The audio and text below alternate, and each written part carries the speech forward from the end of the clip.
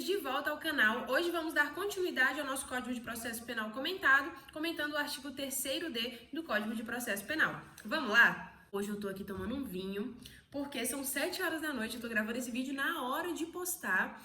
Tive um atendimento na Papuda, fiquei até umas 6 horas mais ou menos, foi o horário que eu consegui retornar para casa. Tinha prazo ainda para finalizar, então finalizei os prazos que tinha e agora eu tô gravando o vídeo correndo, porque, gente, hoje tem Flamengo, 8 horas da noite, então eu preciso gravar e editar esse vídeo antes de 8 horas. E depois tem Corinthians, que é o time do meu namorado, então a gente assiste os dois jogos. Então hoje é dia. Mas antes de todo esse rolê, vamos explicar o artigo 3º-D do Código de Processo Penal? Aqui a gente vai continuar explicando sobre o juiz das garantias, né? Como vocês sabem, estamos aí explicando o juiz das garantias e iremos até o artigo 3º-F falando ainda sobre o juiz das garantias. Então, gente, o artigo 3º-D, assim como todos os terceiros A, B, C, que a gente já falou aqui, D, né? Que é o que a gente está falando agora, todos esses artigos entraram no nosso Código Penal por causa do pacote anticrime. Então vamos lembrar aqui que ele está com a eficácia suspensa, assim como todos os outros artigos que tratam aí sobre o juiz das garantias. Bom, e para quem ainda não me conhece, meu nome é Sara Rocha, eu sou advogada criminalista e professora de Direito Penal, e aqui no canal você encontra diversos conteúdos como esse, explicando Direito Penal, entregando o conteúdo mastigado para você. Antes da gente continuar, curte, comenta aqui, compartilha esse vídeo com seus amigos de classe e não esquece de ativar o sininho para você não perder nenhum vídeo do canal, tá? Então vamos à leitura do artigo 3D. Ele fala o seguinte: o juiz que, na fase da investigação, praticar qualquer ato incluído nas competências do artigo 4º e 5º desse código, ficará impedido de funcionar no processo.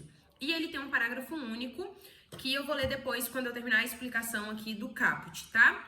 Então, o que ele está dizendo aqui? Que o juiz que atuar na fase da investigação, quando esse inquérito virar um processo judicial, ele não vai poder continuar atuando nesse processo. Ah, mas para que isso? Para a gente garantir uma imparcialidade, para a gente garantir que essa pessoa não vá trazer informações do inquérito, né? Ou que ela já tem alguns preconceitos formados com base neste inquérito, para não influenciar no processo judicial dessa pessoa.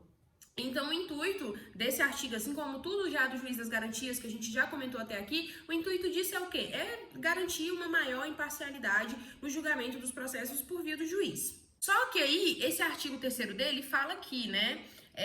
Se o juiz, na fase da investigação, realizar qualquer ato incluído nas competências dos artigos 4º e 5º do Código de Processo Penal, ficará impedido de atuar no processo judicial subsequente. Então aqui a gente precisa entender o que esse artigo 4º e 5º do Código de Processo Penal fala. E eu não vou explicar aqui o teor completo do artigo 4º e 5º, porque ainda vamos falar sobre ele, vai ser ainda objeto da nossa aula.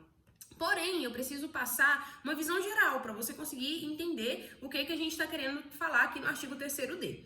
Então, basicamente, o artigo 4º e 5º, eles vão tratar ali de atribuições, né, da polícia judiciária. Então, atribuições que vão ocorrer durante a fase de investigação, durante a fase de coleta de provas, de evidências. Então, basicamente, o artigo 4º e 5º vai regular essas questões. Assim também, né, como, por exemplo, como que a polícia judiciária vai poder interferir ou intervir no nosso processo, na nossa fase de investigação, no nosso inquérito, né?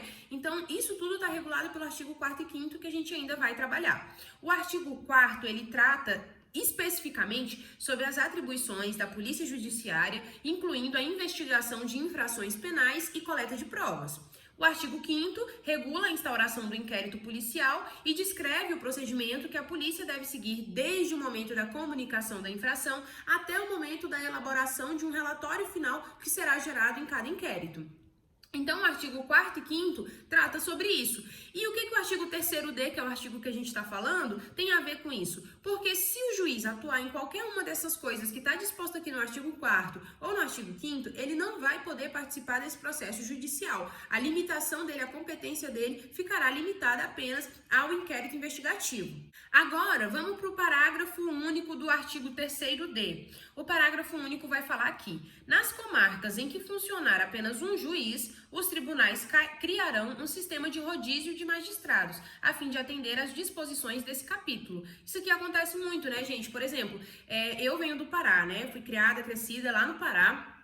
E tenho processos lá hoje. Lá é muito comum, na cidade onde eu nasci, que é uma cidade muito pequena, é muito comum a gente ter somente um juiz para aquela jurisdição. E às vezes ele até atende comarcas que ficam ali ao lado. Então, vou dar um exemplo. Existe Canaã dos Carajás, que é de onde eu vim, existe Parauapebas, que fica a 40 minutos de Canaã dos Carajás, existe Xinguara, que também fica a 40 minutos de Canaã dos Carajás.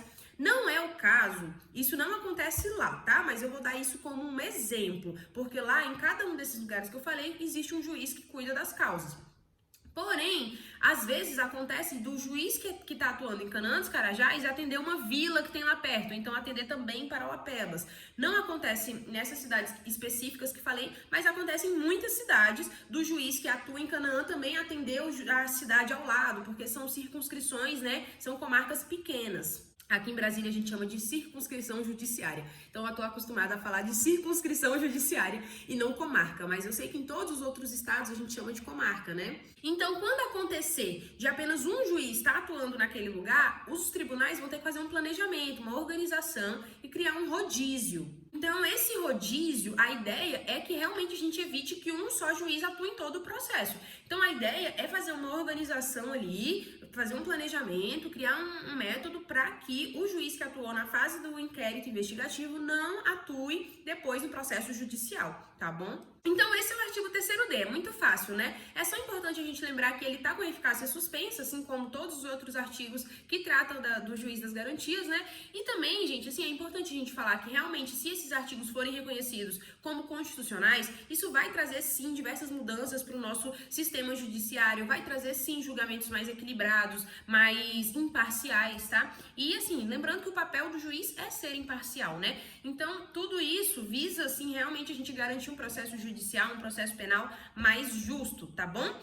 Bom, se você gostou desse vídeo, não deixa de se inscrever aqui no canal, de curtir, de compartilhar com seus amigos e também não se esqueçam que a gente tem apostilas maravilhosas aqui no canal, conversando aí sobre diversos temas do direito, comentando ali a Lei Maria da Penha, artigo por artigo. Tem o curso de Direito Penal também, que tem aí 25 aulas aí, tá saindo aulas semanalmente e fala ali sobre toda a parte geral do nosso código. Então não se esqueçam de também clicar no link da descrição para adquirir as nossas apostilas, que eu tenho certeza que vai ajudar muito nos seus estudos e na sua prática, tá bom? Então é isso, um beijo e até o próximo vídeo. Tchau, tchau!